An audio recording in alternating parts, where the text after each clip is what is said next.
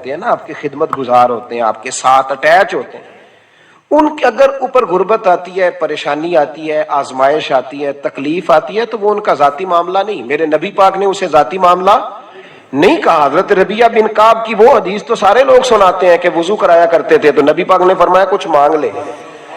انہوں نے جنت میں نبی پاک کا پڑوس ہی مانگ لیا، یہ بخاری میں موجود ہے. لیکن وہ والی حدیث بھی پڑھو کہ جب نبی پاک نے انہیں کہا کہ ربیعہ تو مجھے وضو کراتا رہتا، شادی کیوں نہیں کرتا؟ حضور نے نہیں فرمایا کہ اس کا ذاتی معاملہ ہے، میں شادی کراؤں گا، میں اس کام میں کیوں آؤں گا، شادی کیوں نہیں کرتا؟ عرض کی حضور کوئی کاروبار نہیں، کوئی معاملہ نہیں، کوئی رنگ روپ نہیں، اور آپ کی خدمت سے بھی رک جاؤں گا. کہتے ہیں حضور خاموش ہو گئے. اگلے دن پھر پوچھا نکاح کیوں نہیں کرتے؟ میں نے کہا حضور نہ کاروبار ہے، نہ گھر ہے، نہ مکان ہے، نہ رنگ روپ ہے، کون رشتہ دے گا؟ جب میں یہ کہہ کے باہر نکلا نا حضور خاموش ہو گئے، تو میرے دل میں خیال آیا ربیعہ تو بحث کیوں کرتا ہے اور ان کو بتاتا ہے جنہیں اللہ نے سارا کچھ ہی عطا فرمایا ہوا ہے. حضور کہتے ہیں شادی کیوں نہیں کرتا؟ تو چپ کر کے کہہ دے محبوبہ جیسے دل کرتا ویسے کر دے، تو آگے سے دلیلیں دیتا پھرتا ہے. یہ بھی کو بات ہوئی. فرماتے ہیں اگلے دن میں نے ارادہ کر لیا، حضور نے اگر آج کہا تو کہہ دینا یا رسول اللہ جیسے دل ہو کرے. میں نے وضو کرایا، میرا خیال تھا حضور یہاں روک کے کہیں گے، یہاں روک کے کہیں گے، پر حضور نے آج بات ہی کوئی نہ کی. میں دیر تک سوچتا رہا یہاں کہیں گے، یہاں کہیں گے، پر آج حضور نے بات ہی نہ کی. میں پچھتا رہا تھا کہ 2 دن موقع ملا میں نے ضائع کر دیا. فرماتے ہیں وضو پورا کرا کے جب میں باہر نکلا، دروازے تک پہنچا تو محبوب نے آواز دی. بات سن میں ٹھہر گیا. فرمایا شادی کیوں نہیں کرتے؟ کہتے ہیں میرا تو دل پھولوں کی طرح کھل اٹھا. میں نے کہا یا رسول اللہ جیسے دل کرتا ہے کرا دے. نبی پاک علیہ الصلوۃ والسلام نے فرمایا فلاں قبیلے کے سردار کے پاس جا، اسے کہا اپنی بیٹی کا نکاح تیرے ساتھ کر دے. کہتے میں گیا، تھوڑی دیر کے لیے توقف کیا انہوں نے، لیکن پھر وہ راضی ہو گئے. میں واپس آیا، سنو یہ جی اس کا ذاتی معاملہ ہے، لیکن نبی پاک نے دیکھا کہ اس کو ضرورت ہے میری، اس کا نکاح نہیں ہو رہا، گھر نہیں آباد ہو رہا، تو حضور نے پورا کردار ادا کیا. میرے محبوب کریم علیہ الصلوۃ والسلام نے حضرت حارثہ بن نعمان کو بلایا. فرمایا تیرا ایک مکان خالی ہے؟ کہ یا رسول اللہ ہاں. فرمایا یہ میرے ربیعہ کو دے دے، اس میں رہا کرے گا، دلہن کو لائے گا. حضرت بریدہ اسلمی کو بلایا. فرمایا ایک کھجور کی گٹھلی کے برابر سونا چاہیے. یا رسول اللہ کس لیے؟ فرمایا میرے اس غلام نے اپنی بیوی کو حق مہر دینا ہے. حضرت سیدنا عثمان غنی کو بلایا، تیسرے صحابی. فرمایا ایک مینڈے کا بندوبست تو نے کر کے دینا ہے. حضور کس لیے؟ فرمایا میں نے اپنے غلام کا ولیمہ کرنا ہے، بکرے کا بندوبست کر. ساری تیاریاں کر کے دیں. حضرت ربیعہ کہتے ہیں جب میں دلہن بیاہ کے گھر لایا تو میرے دوست یار رشتہ دار مبارک دینے آئے. کہنے لگے تیری کیا بات ہے، شادی بھی اعلیٰ خاندان، ولیمہ بھی، اور کھجور کی گٹھلی کے برابر حق مہر بھی. تو حضرت ربیعہ رو پڑے. فرمانے لگے میں تو کالا کلوٹا حبشی غلام تھا، سلام بھی کوئی نہیں لیتا تھا، مجھے مبارک نہ دو، میرے مصطفیٰ پہ درود و سلام پڑھو. یہ سارا حضور کا کرم ہے. کہتے ہیں اس کا ذاتی معاملہ ہے، بھئی سارا دن تیرے ساتھ رہتا ہے، اٹھتا بیٹھتا ہے، تیری نوکری کرتا ہے، تو نے کبھی پلٹ کے دیکھا ہی نہیں، تو نے کبھی اشک شوئی نہیں کی، تو نے اتنا ٹائم ہی نہیں دیا کہ تیرے کندھے پہ سر رکھ کے رو سکے، تیری توجہ ہی نہیں. نبی رحمت علیہ السلام دائیں بائیں والوں آگے پیچھے والوں کا خیال رکھتے، جہاں جس کو ضرورت ہوتی حضور اس کی ضرورت میں پہنچتے، اشک شوئی کرتے، نبی پاک پیار کرتے.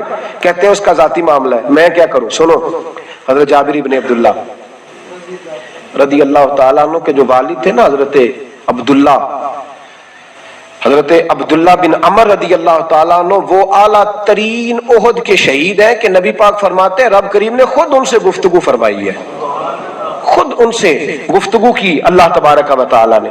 حضرت جابر بن عبداللہ کے والد عبداللہ بن عمر احد میں شہید ہو گئے تھے. 6 یا 10 بہنیں تھیں ان کی. قرضے چڑھ گئے، کاروبار میں نقصان ہو گیا. ضروری نہیں کہ کوئی آدمی دھوکے بازی ہو تو وہ مقروض ہوتا ہے، یہ ضروری نہیں. تلک الایام نداولھا بین الناس، اللہ لوگوں کے دن پھیرتا ہے، حالات تبدیل کرتا ہے. اب صحابی پہ کچھ شک کر سکتا ہے؟ لیکن حضرت جابر کہتے ہیں اتنا قرضہ چڑھ گیا کہ ایک ایک بال میرا قرضے میں ڈوب گیا. قرضے بڑے دینے تھے، مقروض آتے، تنگ کرتے. خود نبی کریم علیہ السلام نے فرمایا ہے کہ جو مقروض ہوتا ہے وہ قیدی ہوتا ہے، جب تک قرض دے نہیں لیتا اتنی دیر تک وہ آزاد نہیں ہوتا. حضرت جابر ابن عبداللہ کہتے ہیں میرے باغ میں کھجوریں پکی تھیں، یہ بخاری میں بھی ہے، کنز المال میں بھی ہے، ابن کثیر میں بھی ہے، امام حلبی نے سیرت حلبیہ میں بھی لکھا ہے، بیسیوں درجنوں کتابوں میں آپ کو روایت ملے گی۔ فرمانے لگے کھجوریں جب میری پک کے تیار ہو رہی تھی تو مقروض جب پیسے لینے آتے تو میں کہتا قرضے یہ کھجوریں پکتی ہیں تو دیتا ہوں۔ یہ ہم پنجاب کے لوگ کیا کہا کرتے تھے، ہاڑی سونی جی، یہاں چاول کی فصل پہ، یہاں گندم کے، ہم نے تو کپڑے لیے ہوتے تھے ادھار دکانوں سے کہ فصل پکتی ہے تو پھر دے دیتے ہیں، کہ کھجوریں پکتی ہیں تو دیتا ہوں۔ فرماتے پتہ مجھے بھی تھا کھجوریں زیادہ تھوڑی ہیں اور جن کے پیسے دینے ہیں وہ پیسے، فرماتے ہیں کھجوریں پک گئیں، اتاری تو یہ تو 11 گنا بھی اور ہو تب بھی قرضہ نہیں اترتا۔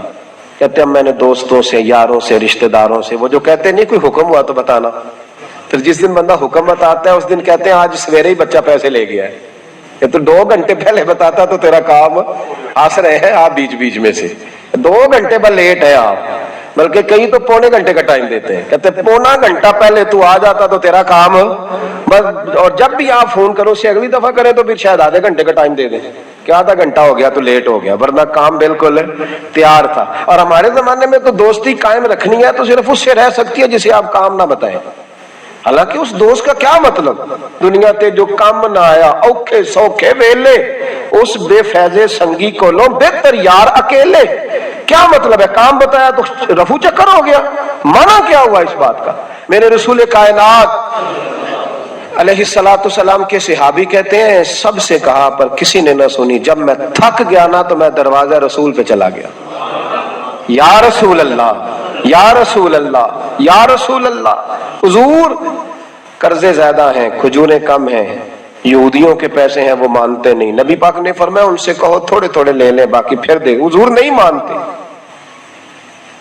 حضور کہہ سکتے تھے سلمان جاؤ بات کر کے آؤ، جاؤ بلال صہیب جاؤ، کون جاتا ہے مقروضوں کی سفارش کرنے، کہتا ہے بھائی میں نہیں بیچ میں آؤں گا، اتنے پیسے اوہ میں اپنے موبائل فون بند کر جاتے کوئی پوچھے نہ، لیکن نبی کریم علیہ السلام نے فرمایا سنو، خود رسول پاک، خود نبی پاک نے، حضور نے فرمایا چل میں تیرے ساتھ چلتا ہوں، چل میں تیرے ساتھ چلتا ہوں، مقروض کے ساتھ، امیر کے ساتھ نہیں، اس کے ساتھ نہیں جس نے پیسے لینے ہیں، بلکہ حضور مقروض کے ساتھ، گرے ہوئے کے ساتھ چلے، چل میں چلتا ہوں۔ یہودی تک گئے، فرمایا کچھ لے لے، یہ بیچارہ دھوکے باز نہیں الجھ گیا ہے، غربت، کچھ لے لے باقی پھر دے دیں گے، کہنے لگا سارے ہی لینے ہیں۔ جب اس نے بات نہ مانی تو پھر یہ اللہ کے رسول ہے نا، اعلیٰ حضرت فرماتے ہیں میرے کریم سے گر قطرہ کسی نے مانگا دریا بہا دیے، دوربے بہا دیے۔ یہ دوربے کیا ہوتے ہیں؟ یہ مجھے پوچھا تھوڑے دن پہلے ایک شخص نے، آپ سنتے رہتے ہیں نا شعر، آپ تو ترجمہ پوچھتے ہی نہیں نا، کبھی پوچھ لیا کریں کہ اس کا معنی کیا ہے، کبھی پرچی لکھ لیا کریں تاکہ کوئی جب آپ سے پوچھے تو یہ دربے کیا ہے، لفظ دربے ہے ہی نہیں، اصل میں اعلیٰ حضرت کو پڑھتے نہیں نا لوگ، تو انہیں پتہ ہی نہیں وہ بات کتنی اعلیٰ، یہ لفظ دربے نہیں ہے۔ اعلیٰ حضرت کہتے ہیں میرے کریم سے گر قطرہ کسی نے مانگا دریا بہا دیے ہیں، در بے بہا دیے ہیں، در علیحدہ ہے اور بے بہا، دور کہتے ہیں ہیرے کو، ایک معنی ہیرا ہے، دور بے بہا کی تو سمجھ آتی ہے نا، دور بے بہا دیے ہیں یعنی ہیرے بے بہا دیے ہیں اسے، اب سمجھ آئیے بات کی، دریا بہا دیے ہیں، دور بے بہا دیے ہیں، یہ معنی ہے شعر کا۔ تو جب وہ نانا مانا یہودی تو نبی کریم علیہ السلام فرمانے لگے نہیں دے، کہنے لگا جی پورے لینے، حضور فرمانے لگے کل آ جانا سارے دے دیں گے، پورے پیسے تیرے ملیں گے تو آ جانا۔ حضرت جابر ابن عبداللہ کو حضور نے فرمایا کھجوریں اتار کے نا تو اپنے باغ میں ڈھیر لگا اور میں آیا۔ حضرت عمر حدیث کے راوی ہیں، فرماتے ہیں بس رسول پاک چل پڑے، حضور نے کندھے پہ رومال رکھا، حضور چل پڑے، کوئی چٹائی نہیں بچھائی، حضرت جابر کہتے ہیں کوئی صوفہ نہیں رکھا، کوئی پھولوں کے ہار نہیں، حضور آئے 2-3 چکر میرے باغ کے لگائے اور کھجوروں کے ڈھیر کے پاس بیٹھ گئے، فرمایا بلا جس کے پیسے دینے ہیں، بلا، اب تنگی یہ داماں پہ نہ جا اور بھی کچھ مانگ، بلا۔ فرماتے بندے کو بلایا، حضور نے فرمایا کتنے پیسے، حضور اتنے درہم دینار ہے، فرمایا کھجوریں تولتا جا اور دیتا جا، فرماتے ہیں میں دیتا گیا، میں نے کہا حضور اس کے پیسے پورے ہو گئے، حضور مسکرا کے فرمانے لگے چل 4-5 کلو کھجوریں اضافی دے دے کوئی حرج نہیں، کہتے ہیں وہ بھی دے دی. حضور نے فرمایا بلا دوسرے کو. فرمایا اس کو بھی بلایا, تولتا گیا, دیتا گیا, حضور پورے ہو گئے. نبی کریم علیہ السلام نے فرمایا چل 4-5 کلو کھجوریں زیادہ دے دے. کہتے ہیں قرضے بھی دے دیے, 5-5 کلو کھجوریں بھی زیادہ دے دی. محبوب اٹھے, کچی زمین پہ بیٹھے تھے. حضور نے لباس مبارک کو جھاڑا, رومال کندھے پہ رکھا. فرمایا میں مسجد جا رہا ہوں, وہاں آ کے مجھے خبر دینا, وہاں آ کے مجھے بتلانا کہ جب میں آیا تھا تب کھجوریں زیادہ تھی, کہ جب واپس گیا ہوں تب زیادہ ہے. وہاں مجھے آ کے اطلاع دینی ہے, بتانا ہے مجھے. وہاں آ کے میں جا رہا ہوں, مجھے بتانا ذرا وہاں آ کے. حضرت جابر ابن عبداللہ کہتے ہیں میں نے کھجوریں تولی, میں تھک گیا. میں تھک گیا, ڈھیر تو چھوٹا تھا پر وزن ہی بڑا نکلا. کہتے ہیں میں تھک گیا, جتنی دی تھی نا اس سے زیادہ تول کے باقی پڑی رہنے دی. میں مسجد میں گیا, ذرا لفظ سننا حدیث کے. کہتے ہیں مسجد میں گیا, جا کے عرض کی یا رسول اللہ میں تول آیا ہوں. جب آپ آئے تھے تھوڑی تھی, اور جب واپس آئے ہیں تو کئی گنا بڑھ گئی ہیں. حضور نے پتہ کیا فرمایا؟ فرمایا یہ بات نا جو تو نے مجھے بتائی ہے, یہ بات ذرا میرے عمر فاروق کو بھی بتا, عمر بڑا راضی ہوگا.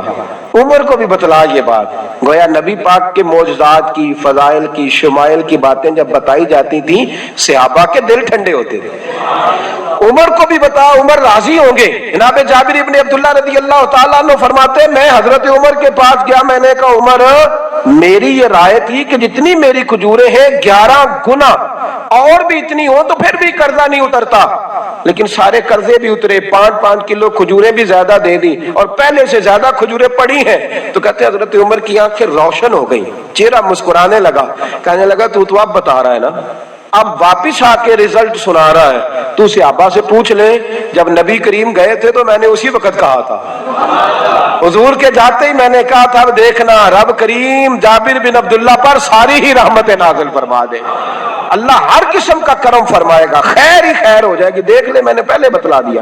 میرے نبی پاک سلام چھوٹی چھوٹی باتوں کا خیال رکھ, چھوٹی چھوٹی چیزوں پر توجہ دیتے, خیال کرتے کس کو کس وقت کس چیز کی کہاں حاجت ہے, اس کی وہ حاجت پوری کی جاتی, اس کا دھیان رکھا جاتا. حضرت جابر خود فرماتے, یہ مسلم کے لفظ ہے, فرماتے ایک دفعہ میں حضور کے ساتھ جہاد پہ گیا تھا, میرا اونٹ کمزور تھا, میں پیچھے رہ گیا. ہمارے یہاں شرط لگتی ہے نا, اللہ تعالیٰ خیر فرمائے, ایک بھائی گاڑی خریدتا ہے پھر دوسرا چاہے زیور بیچے اس نے بھی خریدنی ہوتی ہے, ورنہ گھر میں گھسنے کی اجازت نہیں ملتی. بہت سارے خرچے, یہ جو جوائنٹ فیملی سسٹم ہے نا, اکٹھے جہاں بھائی رہتے ہیں 3 4 5 6, اس کے بہت سارے خرچے ضد کی وجہ سے بڑھ جاتے ہیں. اس نے کیا ہے تو لہذا میں نے بھی, ہوتا ہے نا جی ایسے. تو پھر اس ضد میں کوئی پیچھے پلٹ کے نہیں دیکھتا کہ چلو جو پیچھے رہ گیا اس کا بھی ہاتھ پکڑے ساتھ آ جائے, دوڑتے رہتے ہیں. اس میں بیچارے کئی تھک جاتے ہیں, کئیوں کے پیر دوڑ دوڑ کے سوج جاتے ہیں, بڑے مسئلے بنتے ہیں, لیکن پیچھے پلٹنے کو کوئی تیار ہے؟ اس دوڑ نے ہمیں تھکا کے رکھ دیا. مسلم میں ہے, جناب جابر ابن عبداللہ کہتے ہیں حضور کے ساتھ میں جہاد پہ گیا, واپس آ رہا تھا, میرا اونٹ کمزور تھا, بوڑھا تھا, بیمار تھا, سب لوگ آگے گزر گئے, میں پیچھے رہ گیا. کچھ میں پریشان رہتا تھا غربت سے, تو میں مایوس بھی تھا, ذرا پیچھے رہ گیا, پریشان تھا. فرماتے ہیں نبی پاک نے نا 2-3 دفعہ پلٹ پلٹ کے دیکھا, ادھر دیکھو. میں نے اپنی زندگی میں بڑے لوگ دیکھے ہیں, وہ امیروں میں چلے گئے, پیچھے پلٹ کے انہوں نے غریبوں کو کبھی نہیں دیکھا کہ وہ ایک دوست ہوتا تھا ہمارا جو ماڑا ہے, غریب ہے, پلٹ کے نہیں دیکھا. کہتے ہیں نبی کریم علیہ الصلوۃ والسلام نا آگے گئے, سب سے آگے. حضور نے 2 4 5 دفعہ نا پیچھے پلٹ کے دیکھا. جابر ابن عبداللہ کہتے ہیں جب میں نظر نہ آیا تو میرے محبوب کا انداز کریمانہ دیکھیں, حضور اعلانیہ فرمانے لگے, بھئی مجھے جابر نہیں نظر آ رہا. بے خبر ہو جو غلاموں سے, وہ آقا کیا ہے, وہ آقا کیا ہے. یہاں ہمارے استاد جب یہ حدیث پڑھا رہے تھے نا, یہ حدیث پڑھا رہے تھے تو اچانک رونے لگ گئے. میں نے کہا حضور کیا ہوا, رو کیوں پڑے؟ تو کہنے لگے یار سوچتا ہوں جو محبوب جہاد سے واپسی پر اپنے غلاموں کو نہیں بھولے, وہ میدان محشر میں کیسے بھول جائے گی. وہ وہاں بھی پوچھیں گے فلانا کدھر گیا, فلانا کدھر گیا, ایک ایک کا نام لیں گے. حضور نام لیں گے, ہماری موج بن جائے گی. نبی کریم نے پلٹ کر کے دیکھا, جابر نہیں نظر آ رہے. حضور ان کا اونٹ کمزور ہے, پیچھے رہ گئے. حضور نے یہ نہیں فرمایا کہ ذرا آہستہ کرو ساتھ, یہ نہیں فرمایا, بلکہ نبی پاک نے فرمایا تم چلو. قافلہ چلتا رہا, حضور نے گھوڑا پیچھے کی طرف موڑا, سب سے پیچھے آئے. جناب جابر کہتے پیچھے میرے پاس. اس حکمت کو آپ سمجھیں, حدیث کے ان لفظوں پر آپ غور کریں. ایک کہہ کے کہنا ذرا اس کو میرے پاس لاؤ، یہ بات اور ہے، ذرا آہستہ ہو جاؤ، وہ بھی ساتھ مل جائے. لیکن یہ معنی اور ہے کہ غریب جہاں بیٹھا ہے اس کے پاس خود چل کے جانا. حضور خود پلٹ کے پیچھے آئے اور فرماتے ہیں میں جو کہ پریشان تھا تو محبوب میری طرف دیکھ کے فرمانے لگے اس کو دوڑاتا کیوں نہیں، پیچھے کو رہ گیا. تو کہتے ہیں مایوس بندہ، پریشان بندہ کبھی کبھی وہ اس طرح بولتا ہے کہ جیسے کڑ رہا ہے، تھوڑا سا نا سخت ترش باتیں بھی کرتا ہے. کہتے ہیں میں نے اس عالم میں نا، میں نے کہا حضور اس قابل ہوتا تو سب کے ساتھ مل نہ جاتا، کمزور ہے، ماڑا ہے، مہران ہے، اور وہ بھی پرانی جو چل ہی نہیں سکتی، یہ کہاں یا رسول اللہ دوڑے گا، اس قابل ہی نہیں ہے.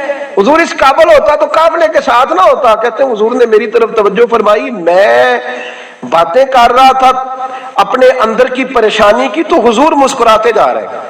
حضور کے ہاتھ میں چھڑی تھی، فرمانے لگے ایسے ہی تو باتیں کر رہا ہے. نبی پاک نے اونٹ کی پشت پہ چھڑی لگائی اور فرمایا تو دوڑتا کیوں نہیں، بڑے ہلکے سے مسکرا، تو دوڑتا کیوں نہیں. تو جناب جابر بن عبداللہ کہتے ہیں جو سب سے پیچھے تھا نا وہ سب سے آگے نکل گیا، وہ دوڑتا گیا دوڑتا.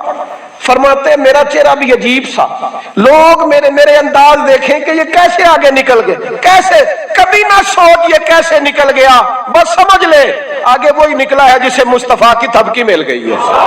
تو یہ نہ کہ سیاست کر گیا، چلاکی کر گیا، بس تھپکی مل گئی تو بات بن گئی. کہتے ہیں میں نکل گیا آگے، حضور کی تھپکی جو ملی تھی. حضرت جابر ابن عبداللہ کہتے ہیں حضور گھوڑا دوڑا کے میرے پاس آئے، خود حضور نے میرا اونٹ تیز کرایا نبی پاک کی برکت سے. تو قریب آ کے فرمانے لگے ٹھہر جا یار، ہم بھی تیرے قافلے میں، ہمیں بھی ساتھ لے لے. فرماتے اب تو میں رو ہی پڑا کہ خود بھیک دیں، خود ہی کہیں منگتے کا بھلا ہو. ٹھہر جا یار، ہمیں بھی ساتھ لے لے. جناب جابر ابن عبداللہ رضی اللہ تعالیٰ عنہ فرماتے ہیں کہ جگہ پڑاؤ کیا، رکے، ٹھہرے کھانے پینے کو، نماز پڑھنے. نبی کریم نے مجھے بلایا، میں حاضر ہوا تو کہا یا رسول اللہ حضور حکم.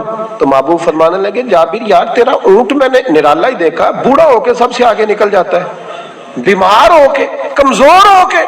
کہتے ہیں میں چہرہ دیکھتا جا رہا ہوں کہ حضور سارا ہی پتہ ہے آپ کو، میں کیا عرض کروں. تو محبوب فرمانے لگے پسند آ گیا، بیچ نہیں دیتے میرے ہاتھ. کہا یا رسول اللہ آپ رکھ لیں. حضور آپ کا ہی ہے. فرمایا نہیں میں پیسے دوں گا. کتنے کا ہے؟ کہ یا رسول اللہ آپ رکھ لیں. فرمایا پیسے دوں گا. یا رسول اللہ مارکیٹ میں جاؤں تو 6-7 دینار کا بکے گا. فرمایا نہیں بھائی میں تو پورے 10 دوں گا. 6-7 نہیں، میں تو پورے حساب سیدھا. 6-7 کا کیا حساب ہوا، 10 پورے کا. حضور پھر بندہ نوازی ہے نا، کون بول سکتا ہے. حضور نے فرمایا بلال تیرے پاس 10 دینار تھے. حضور ہیں. فرمایا ان کو دے دو، اونٹ کے پیسے رکھ لو اور مال نہ مدینے جا کے دے دینا. جابر ابن عبداللہ کہتے ہیں میں مدینے گیا شام کو، میں نے نا کبھی اپنے اونٹ کی اتنی خدمت نہیں کی جتنی اس دن کی. میں نے اسے بڑے پیار سے نہلایا، میں نے نئی رسی خرید کے اسے نکیل ڈالی. آج محبوب کی بارگاہ میں لے کے جانا ہے. کہتے ہیں تیاری کر کے نا، تیاری پوری تیاری کر کے، تن تندور ہڈاں دا بالن تے اسی ہاواں نال تپایا، کپ کپ مکیاں پیڑے کیتے، عشق پلے تھن لایا، تن دا سالن تے من دی ہانڈی، اتو نون صبر دا پایا. غلام فریدا وے میں ساری تیری، تینوں اجے یقین نہیں آیا. کہتے ہیں اسے بڑے پریم سے، بڑی محبت سے سجا کے، سوار کے، نکھار کے، تیار کر کے میں نبی کریم کی بارگاہ میں لے کے گیا. ظہر کی نماز پڑھ کے حضور نکلے، میری طرف دیکھا. میں نے کہا حضور پیسے لے لیے تھے، یہ آپ کا سامان ہے، مال ہے. کہتے ہیں حضور نے نکیل تھامی.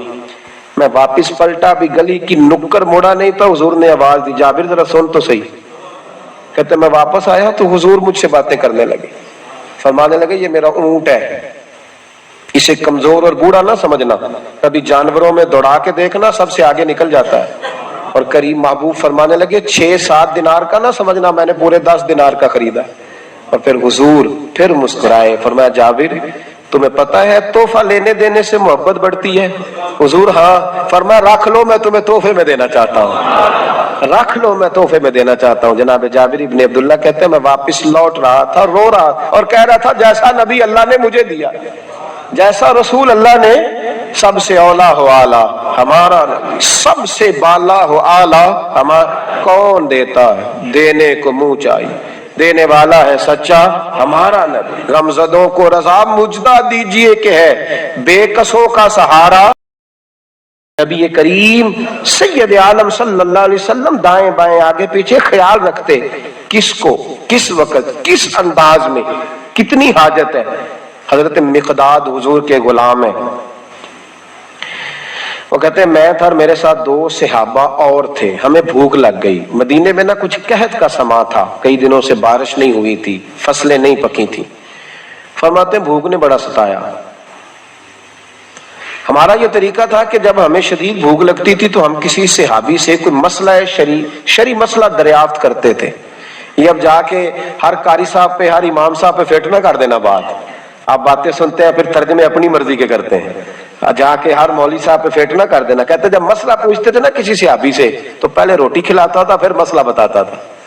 اب میں پہلا وضاحت کر لی یہ گل دی آپ, اس لیے میں نے اگلی بات بعد میں کی ہے, کیونکہ آپ نے اسی حساب سے روٹی کھلانی ہے نا جس حساب سے اپنے امام کو تنخواہ دیتے ہو, اسی حساب سے روٹی کھانی ہے نا اس بیچارے نے. تو فرمانے لگے کہ جب نہ ہم کسی شخص سے کسی صحابی سے مسئلہ پوچھتے نا تو پہلے وہ, اس لیے یہ جو آستانوں پہ لنگر ہوتا ہے, یہ جو بزرگان دین خانقاہوں پہ لنگر رکھتے ہیں, یہ صحابہ کا طریقہ ہے کہ جس کو دین بتایا جاتا تھا اسے پھر لنگر بھی کھلایا جاتا ہے. بہت سارے لوگ اس کا مذاق اڑاتے ہیں کہ یہ کیا ہے بھائی, یہ رسول اللہ کی سنت ہے. صلی اللہ ہو پڑھیے درود صلی اللہ ہو. چلے جنہوں نے پہلے نہیں پڑھا وہ بھی شامل ہو جائے, پڑھے صلی اللہ تعالی علیہ وسلم. فرماتے ہیں اس دن بڑی بھوک لگی. 3 دوست تھے ہم, 3 صحابہ تھے. ہم نے حضرت ابوبکر صدیق کو گلی میں کھڑا کر لیا. سب صحابہ کے حالات کچھ نہ کچھ ان دنوں میں نا ٹائٹ تھے, کمزوری تھی, چونکہ فصلیں نہیں تھی, بارشیں نہیں تھے. ابوبکر ایک مسئلہ پوچھنا ہے. کہتے کھڑے کھڑے جناب صدیق اکبر نے کہا پوچھو. پہلے روٹی بھی ساتھ پوچھتے تھے, کہنے لگے چلو پوچھو. کہتے مسئلہ پوچھا اور بتا کے رخصت ہو گئے. پھر ہم نے حضرت عمر سے پوچھا, انہوں نے بھی سوال کا جواب دیا پر کھانا نہ پوچھا. پھر 2-3 اور لوگوں کو ہم نے ٹٹولا, لیکن اس دن سب نے مسئلہ ہی بتایا, روٹی نہیں پوچھی. حضرت مقداد کہتے ہیں ہم نے پروگرام بنایا حضرت عبد الرحمن ابن عوف سے مسئلہ پوچھنے کا, تو میرے ساتھ والے دونوں کہنے لگے بس کر, بڑے آزما لیے, اب چل سیدھا دروازہ رسول پہ چلے. اب مسئلہ پوچھنا ہے تو ان سے پوچھنا ہے جن سے سن کے ساری دنیا مسئلے بتاتی ہے, انہی سے پوچھتے ہیں, ڈائریکٹ چلتے ہیں. کہتے ہیں ہم آئے مسجد نبی میں, حضور بیٹھے تھے. حضرت مقداد کہتے ہیں ہماری بکریوں کے تھنوں میں دودھ خشک ہو گیا تھا. حضور تشریف فرما تھے, السلام لی, دست بوسی کی, اتحیات میں بیٹھ گئے. حضور ایک مسئلہ پوچھنا تھا. حضور مسکرائے, فرمانے لگے لگتا ہے بھوک لگ رہی ہے تم تینوں کو. مجھے مسئلے کی سمجھ آ گئی, بھوک لگی ہوئی ہے یا رسول اللہ بڑی. فرمایا میری 4 بکریاں ہیں اور اللہ نے فضل کیا قحط میں بھی ان کے تھن دودھ سے بھرے ہوئے ہیں. فرمایا جاؤ, 3 تم ہو, چوتھا میں ہوں. اس طرح کرنا, 3 بکریوں کا دودھ تم پی لینا, 1 کا میرے لیے لے آنا. کہتے ہیں یا رسول اللہ ہم پی آئے. تو حضور نے فرمایا رکو, جب تک تمہارا دل کرے میرے مہمان بن سکتے ہو. فرماتے ہیں ہم 3 دن نبی پاک کے مہمان رہے. صبح و شام 4 بکریوں کا دودھ دھوتے, 3 کا پی لیتے, 1 پیالہ حضور کے لیے رکھ لیتے. فرماتے ہیں تیسرا دن آیا نا, حضرت مقداد کہتے ہیں وہ تو سو گئے دودھ پی کے, پر وہ جو نبی پاک کے لیے پڑا تھا نا, میری بار بار توجہ اس کی طرف جاتی, بار بار, اور میرے اندر سے آواز آتی کہ حضور کو تو بڑی خدمت کرتے ہیں صحابہ, تو حضور نے تو شاید کچھ اور کھا لیا تو پی نہ لوں. کہتے ہیں کئی دفعہ میں نے روکا پر میں نہ ہی اپنے آپ کو روک سکا, میں پی گیا حضور کے حصے کا بھی دودھ. جب میں پی گیا وہ دودھ, کہتے ہیں اب پینے کے بعد جو پریشانی ہوئی وہ زیادہ تھی. دل میں خیال آیا اگر حضور ناراض ہو گئے کہ بھئی تمہیں تمہارے حصے کا دودھ دیا تھا اور مسلسل 3 دن سے مل رہا ہے, پھر کیوں پیا, اور حضور ناراض ہو گئے تو گرا جو ان کی نگاہ سے وہ سنبھل نہیں سکتا. فرمانے لگے اسی پریشانی میں تھا کہ حضور آ گئے. اب تو میرا وجود کانپنے لگا. سرکار سیدھے اس پیالے کی جانب گئے جس میں دودھ ہوتا تھا. فرماتے ہیں نبی پاک نے نہ اٹھایا کپڑا, اٹھایا برتن, دودھ نہیں تھا. حضور نے پوچھا نہیں کون پی گیا ہے, بلکہ نبی پاک نے ہاتھ اٹھایا کہ اللہم اطعم من اطعمنی واسقی من سقانی, یا اللہ جو مجھے کھلائے تو اسے کھلا, جو مجھے پلائے تو اسے پلا. حضرت مقداد کہتے ہیں میں نے کہا اوہ یہ تو بڑی قیمتی دعا مل رہی ہے. بکریاں میری جو بکریاں تھی وہ تو پہلے نہیں دودھ دے رہی, تھنوں میں دودھ خشک ہے, اور اتنی بڑی دعا کہ جو کھلائے اسے کھلا, جو پلائے اسے پلا. نبی کریم علیہ السلام کی دعا سنی تو کہتا میں بستر کے اندر منہ دیا ہوا تھا, جھٹ سے میں نے کپڑا اتارا, چھری پکڑی اور اپنے باڑے میں چلا گیا کہ ایک بکری ذبح کر کے لاتا ہوں, حضور کو کھلاتا ہوں تاکہ یہ دعا مجھے مل جائے کہ یا اللہ جو مجھے کھلائے تو اسے کھلا. فرماتے ہیں میں بکریوں کے باڑے میں گیا, جن بکریوں کو کئی دن ہو گئے تھے دودھ نہیں دیا تھا، جیسے میں نے چراغ جلایا میں حیران ہو گیا کہ سب کے تھن دودھ سے بھرے ہوئے۔ کہتے میں نے 3-4 بکریوں کا دودھ دھویا، برتن میں بھرا، محبوب کی بارگاہ میں لایا۔ کہتے ہیں حضور نے خوش ہو کے پیا۔ جب پی لیا نا نبی کریم نے تو حضور فرمانے لگے چل میں نے تیرا لایا پی لیا، اب یہ بتا میرا کس نے دیا تھا؟ اب وہ والی بات کرنا جس کے گچھے سے لچھے جڑے نور کے، ان ستاروں کی نزہت پہ لاکھوں سلام، ان کے خطبے کی ہیبت پہ کروڑوں درود، ان کی باتوں کی لذت پہ لاکھوں سلام، جس کی تسکین سے روتے ہوئے ہنس پڑے، اس تبسم کی عادت پہ لاکھ۔ فرمایا بتا میرے والا کس نے پیا؟ کہا یا رسول اللہ بڑا روکا اپنے آپ کو، پر محبوب آپ کی بکریوں کے دودھ کی لذت ہی کیا ہے؟ حضور نہیں روک سکا تو محبوب کریم فرمانے لگے اچھا اکیلے پی گئے ہو، جا پھر دودھ بھی تو میرا پی گیا ہے، اور میں تیرے لیے پھر دعا کرتا ہوں کہ یا اللہ اس نے مجھے پلایا تو اسے پلا، اس نے مجھے کھلایا تو اسے کھلا۔ نبی کریم ہر اس شخص کا خیال رکھتے جو بھوکا ہوتا، جو پیاسا ہوتا، جو کمزور ہوتا، تھوڑا تھوڑا دائیں بائیں دیکھ۔ یہ حضور کی سیرت کا بہت بڑا پہلو ہے، تھوڑا دائیں بائیں آگے پیچھے ضرور دے۔ یقیناً جب آپ کسی کے کام آتے ہیں تو آپ کو آزمائش سے گزرنا پڑتا ہے، یقیناً۔ میں نے اپنے دور میں یہ منظر دیکھا ہے، اگر آپ ہاتھ پھیلا رہے ہیں تو آپ مانگنے والے ہیں، اور اگر آپ ہاتھ نہیں پھیلا رہے تو لوگ کہتے ہیں پتہ نہیں کوئی تو چکر ہوگا۔ اگر آپ سوال نہیں کر رہے تو پھر لوگ کہتے ہیں کوئی تو ایسا کھاتا ہوگا جہاں سے دولت یعنی کوئی ایسی سمت نہیں جہاں آپ محفوظ رہ سکے۔ آپ کو دونوں جانب سے لوگ گھیریں گے، دونوں جانب سے۔ جب آپ کسی کے کام آئیں گے، جب آپ کسی تک پہنچیں گے، جب آپ کسی کو، اور میں نے یہ بھی دیکھا ہے، میں صارف سے ماتقدم کے طور پہ آپ کو سمجھا رہا ہوں، آپ نے کسی شخص کی مدد کر دی نا، آپ نے مدد کی تو وہ بھی کئی دفعہ بدگمان ہوتا ہے کہ اس کے پاس بڑا کچھ تھا تبھی تو مدد کی نا اس نے، حالانکہ آپ نے ان باتوں پہ غور نہیں کرنا۔ یہ ساری چیزیں آئیں گی، کیونکہ اگر کسی شخص کی بری عادت کی وجہ سے آپ اپنی اچھی چھوڑ دیں گے تو پھر آپ کا نقصان ہوگا، اس کا نقصان۔ نبی پاک کے اخلاق یہی ہیں کہ سامنے والا جو مرضی کرے، ہم نے وہ کرنا جس کا درس ہمارے نبی نے ہمیں دیا ہے، ہم نے وہ کام کرنا ہے جس کا پیغام ہمارے رسول نے ہمیں دیا۔ اس لیے بڑی خیر کریں، دائیں بائیں آگے۔ کچھ لوگ بہن بھائیوں سے اچھا سلوک کرتے ہیں، جواب میں اچھا سلوک نہیں ملتا، مجھے پتہ ہے نہیں ملتا، تو آپ یہ بتائیں کہ ان کے ساتھ اچھا سلوک اللہ کو راضی کرنے کے لیے کیا تھا یا جواب لینے کے لیے کیا تھا؟ تو آپ نے نہیں دیکھنا کہ سامنے والا کیا کر رہا ہے، آپ نے یہ دیکھنا ہے کہ اللہ کس بات میں راضی، اللہ کے رسول کس بات میں راضی، میری آخرت کا نفع کس چیز میں، میری روح کو، میرے ضمیر کو اطمینان کیسے ہے۔ یہ تصور رکھ کے جب خیر کریں گے تو پھر اللہ بڑی ہی بھلائی عطا کرے گا۔ آخر دعوانا ان الحمدللہ رب العالمین۔